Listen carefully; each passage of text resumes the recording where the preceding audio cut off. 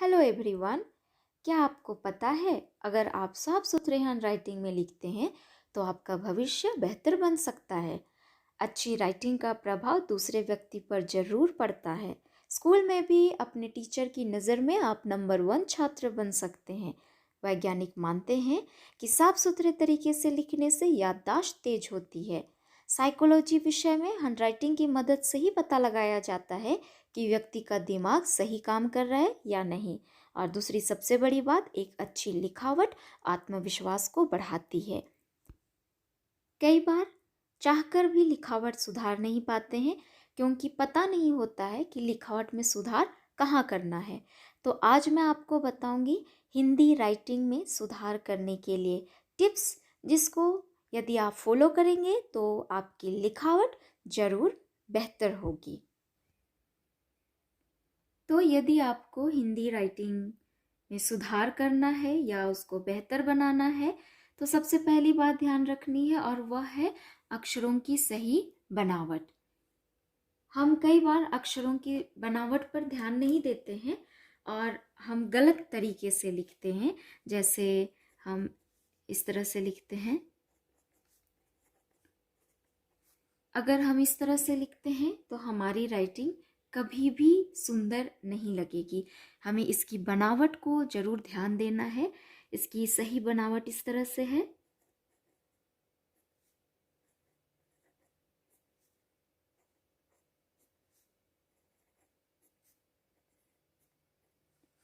ये इसकी सही बनावट है। अगर आप इसकी बनावट को ध्यान देते हैं और सुधार करते हैं तो समझ लीजिए आपकी राइटिंग में 50% सुधार हो गया है। अगली विशेष बात हमें ध्यान रखनी है और वह है शब्दों और अक्षरों के बीच की दूरी। यहाँ पर आप देख सकते हैं, कई बार हम इस तरह से लिखते हैं। यहाँ पर अक्षरों के बीच की दूरी एक समान नहीं है और शब्दों के बीच की दूरी भी एक समान नहीं है। यहाँ पर बहुत ज़्यादा दूरी है और यहाँ पर कम है। तो हमें कोशिश करनी है कि अक्षरों के बीच की दूरी और शब्दों के बीच की दूरी हम लगभग एक समान रखें। मैं ये नहीं कहती कि आप नाप नाप कर लिखें, लेकिन कोशिश करनी है कि शब्दों और अक्षरों के बीच की दूरी सही हो। नेक्स्ट है अक्षरों का सही आकार। कई बार हम लिखते हैं उस समय अक्षरों को बड़ा छोटा लिखते हैं। यहाँ पर आप देख सकते हैं, र बड़ा है, म छोटा है, ता बड़ा है, ह बड़ा है, ज छोटा है, घ बड़ा है। तो अगर हम ऐसा लिखते हैं तो हमारी राइटिंग अच्छी नहीं लगती है। हमें कोशिश करनी है कि अक्षरों का आकार लगभग एक जैसा हो। अगर आप एक जैसा लिखेंगे तो राइटिंग बिल्कुल अच्छी लगेगी। अगला हमें ध्यान रखना है शिरोरेखा, जिसको हम शीर्ष रेखा भी कहते हैं, वो हमें पूरा पूरा खींचना है। यहाँ पर आप देख सकते हैं शिरोरेखा पूरा खींचा हुआ नहीं है, अधूरा है। तो ये सही तरीका नहीं है। हमें इसका पूरा पूरा शिरोरेखा देना है।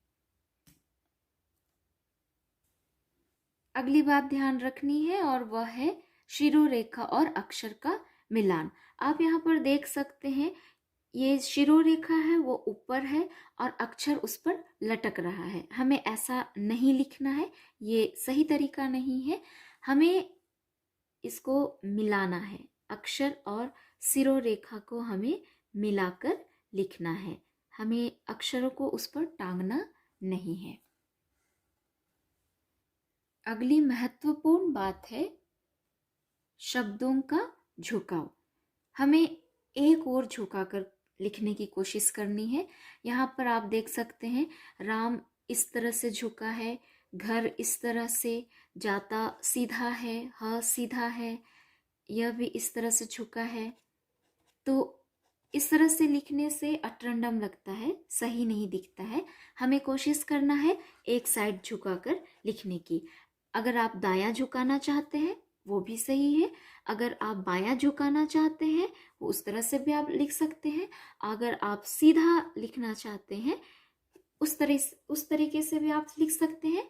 लेकिन ऐसा नहीं कि एक ही लाइन में कभी दायां कभी बायां कभी सीधा, ऐसा नहीं लिखना है। हमें एक जैसा लिखने की कोशिश करना है।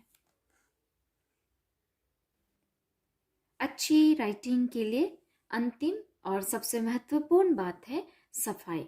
लिखने के क्रम में कई बार हमसे गलतियां हो जाती हैं, और अगर गलती हो जाती है तो कई बार हम इस तरह से काटते हैं। अगर हम इस तरह से काटते हैं तो बिल्कुल भी साफ सुथरा नहीं लगता है। इसका भी उपाय है, साफ सुथरा दिखाया जा सकता है। जैसे यहाँ पर अगर गलती हो गई तो हमें सिर्फ उसको एक बार इस तरह से काटना है और हमें उसको आगे सुधार कर लिखना है। अगर ऐसा लिखेंगे तो गलतियां छुप भी जाएंगी और सफाई भी बरकरार रहेगी। तो ये है मेरी तरफ से टिप्स। तो यदि आप इन सभी बातों को फॉलो करेंगे तो आपकी राइटिंग बेहतर होगी, आपको संतुष्टि मिलेगी और आपको इसके लिए शाबाशी भी मिलेगी। Thank you, take care.